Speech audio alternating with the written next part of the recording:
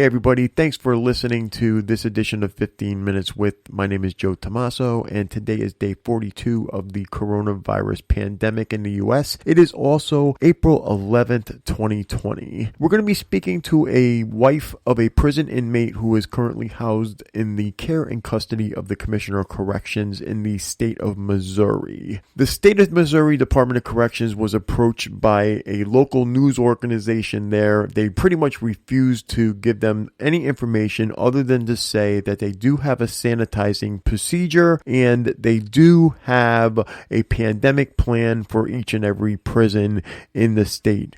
They also went on to say that they had one case of coronavirus and only one case. However, that one case did result in a fatality.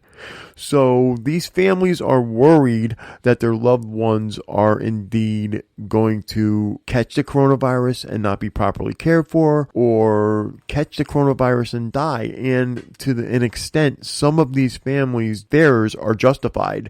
The state of Missouri is currently at almost 4,000 for people who have captured the coronavirus. They are also at 101 deaths. Just yesterday, April 10th, the entire United States reported 2,000 deaths, the most deaths since this pandemic started in one day. Now, as far as sanitizing, the inmates cannot have bleach, they cannot have ammonia, they cannot have hand sanitizer. They're only given one trial size or sample size bar of soap from the Department of Corrections per month. How are you supposed to protect yourself by washing your hands with nothing but water? I just don't get it. Let's see what she tells us is going on at her husband's facility. If you guys want to see me keep this show going and want to see it get better, please, by all means, donate to paypal.me/Joe Tommaso. That's paypal.me/JoeTomaso. If you'd like to ask a question, if you'd like to make a suggestion, if you have somebody you'd like to see me try to interview, please email me at insidetherazorwire@gmail.com. Again, that's insidetherazorwire@gmail.com, or you can snail mail me at P.O. Box 162, West Haven, Connecticut 06516. So without further ado, here's this edition of 15 Minutes With.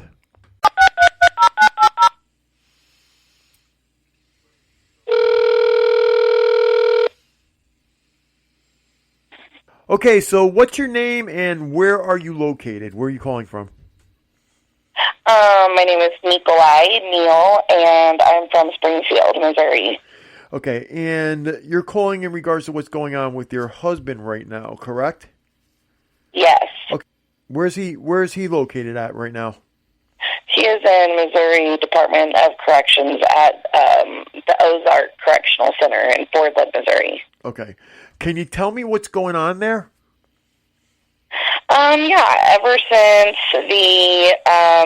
the big COVID outbreak, he's been telling me that there's no soap. The soap that they get is extremely watered down. I know that there's a ratio that they have to go by, but I mean, it's pretty much all cut with water. Right. There's no proper cleaning supplies. There's no sanitizer, no nothing. You're saying they don't get hand sanitizer. I'm taking it they don't get bleach. They don't get ammonia. None of that. None of that. No, they're given.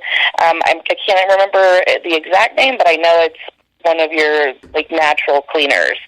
That's not even it's not an antibacterial at all. Okay, so it's not even an antibacterial. Now, let me ask you. What about personal hygiene? Are they allowed to get soap there? Are they allowed to get, can they go to the commissary and buy hand sanitizer?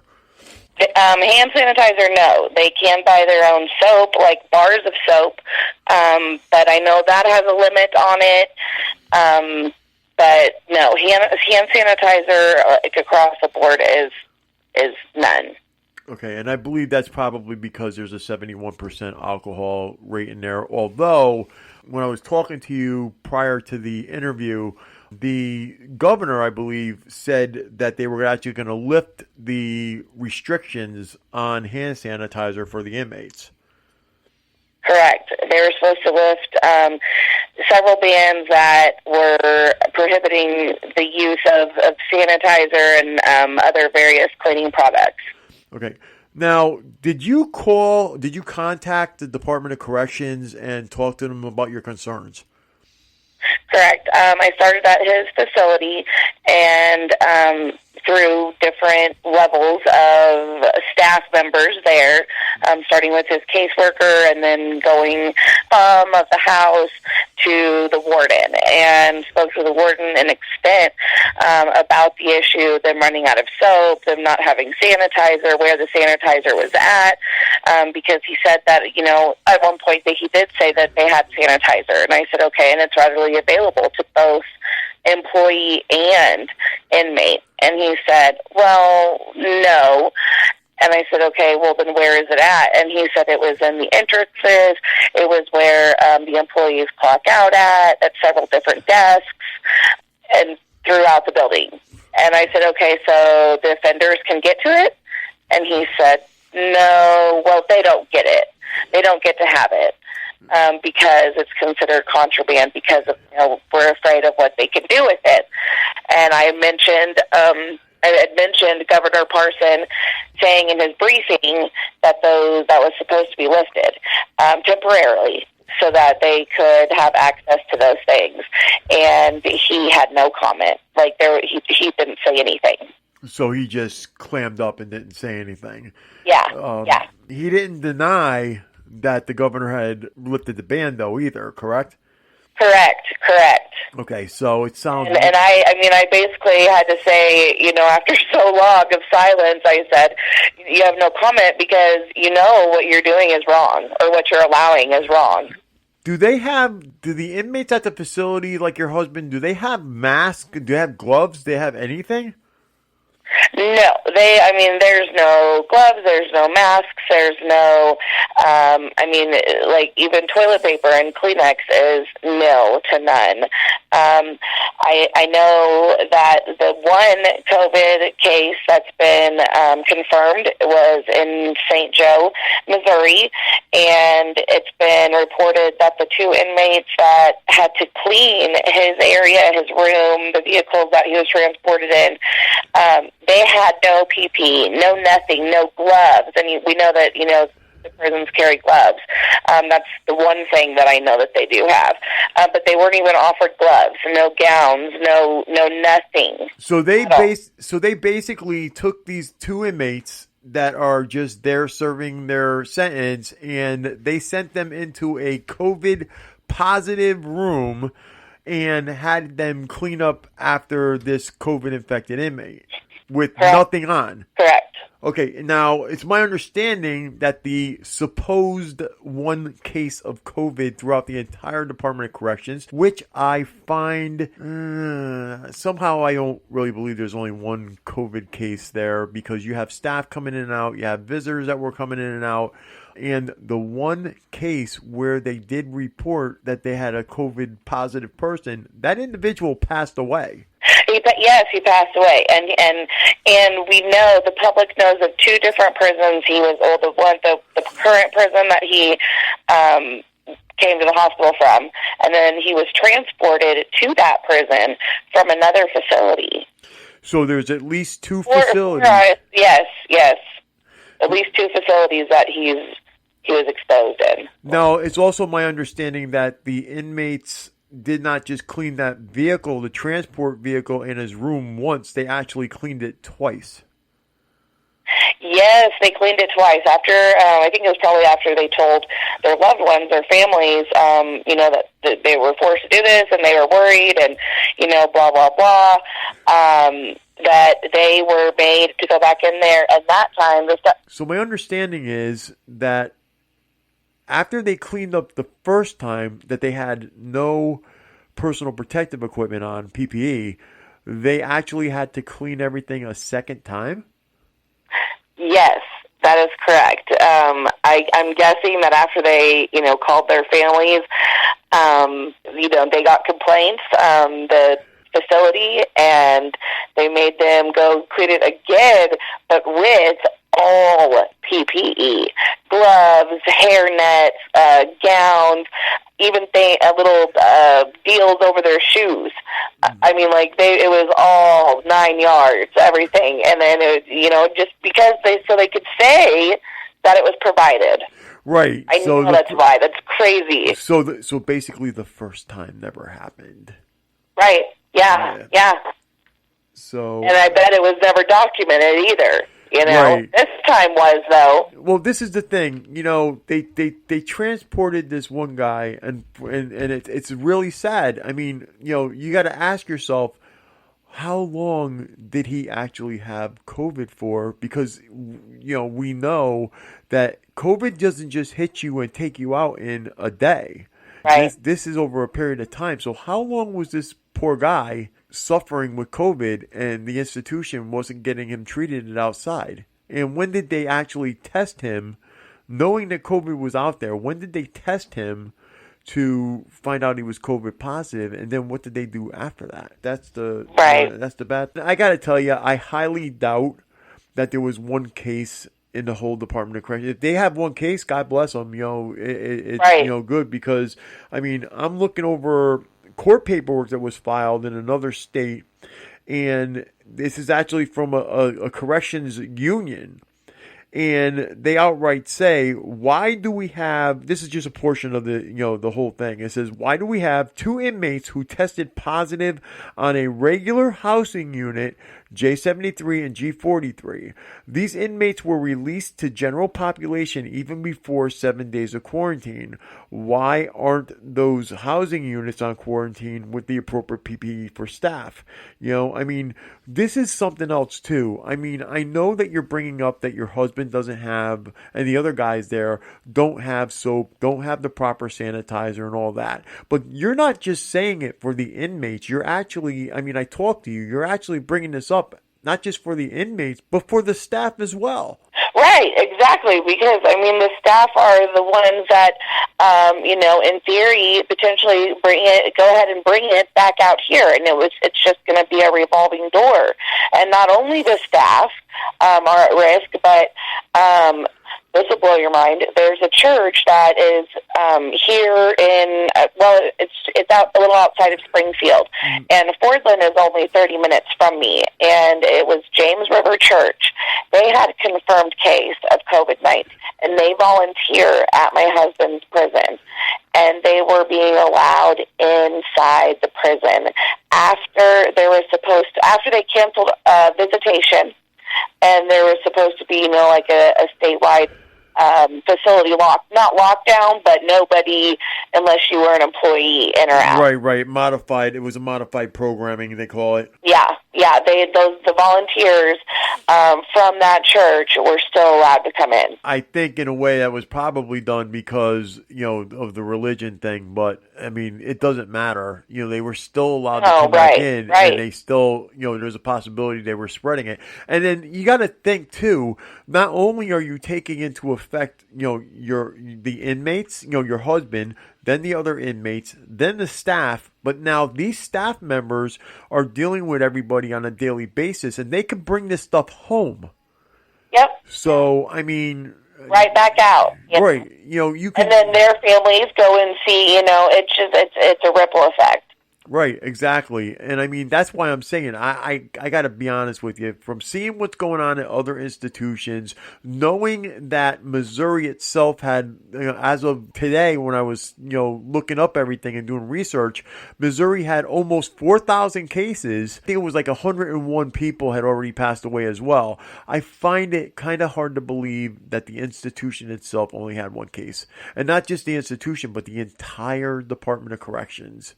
I mean, I just don't get it. I don't get it either. But I feel like that's one of the very many, many, many secrets that Missouri Department of Corrections holds, for sure. I'm going to say this, too. To the Missouri Department of Corrections, I hope you guys hear this, and I'm going to call you out.